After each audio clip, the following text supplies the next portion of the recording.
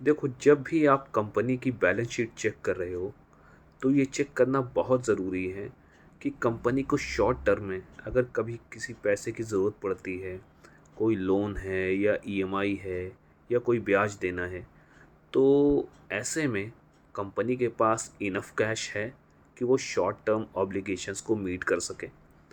तो short term obligations को meet करने के लिए बैलेंस शीट में आपको दो रेशियो चेक करने बहुत ज़रूरी हैं।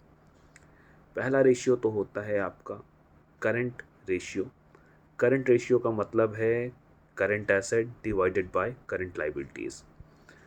तो अगर इन दोनों के बीच का डिफरेंस एक से ज़्यादा है तो यानी कि कंपनी अपने शॉर्ट टर्म ऑब्लिगेशंस मीट कर सकती है। अगर कोई दिक्कत आती है पैसों की तो कंपनी के पास इतना पैसा है कि वो उस दिक्कत से निकल सकती है। लेकिन अगर रेशियो एक से कम है तो ऐसे में आपको कंपनी से दूर रहना चाहिए, क्योंकि ये कंपनी खुद की शॉर्ट टर्म ऑब्लिगेशंस ही मीट नहीं कर पा रही है, तो ये आगे चल के बिज़नेस कैसे करेगी।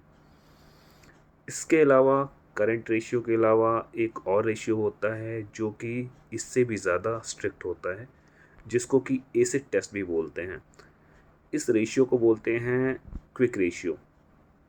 जैसा कि करंट रेशियो का फॉर्मूला है current asset divided by current liabilities, इसका फॉर्मूला भी सेम है, बस इसमें से करंट एसेट में से इन्वेंट्रीज को भी लेस कर दिया जाता है। क्योंकि ऐसा देखा गया है कि जब अचानक से पैसों की ज़रूरत पड़ती है तो जो इन्वेंट्रीज रखी हुई हैं उनको बेचने में भी टाइम लग सकता है।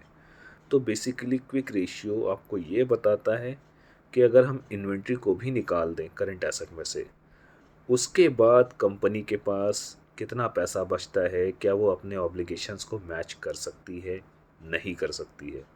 अगेन, एक से ज़्यादा है तो वेल एंड गुड। अगर एक से कम है तो आपको ऐसी कंपनीज़ में इन्वेस्ट करने से बचना चाहिए, क्योंकि ये अपनी शॉर्ट टर्म ऑब्लिगेशंस को मीट नहीं कर पा रही है।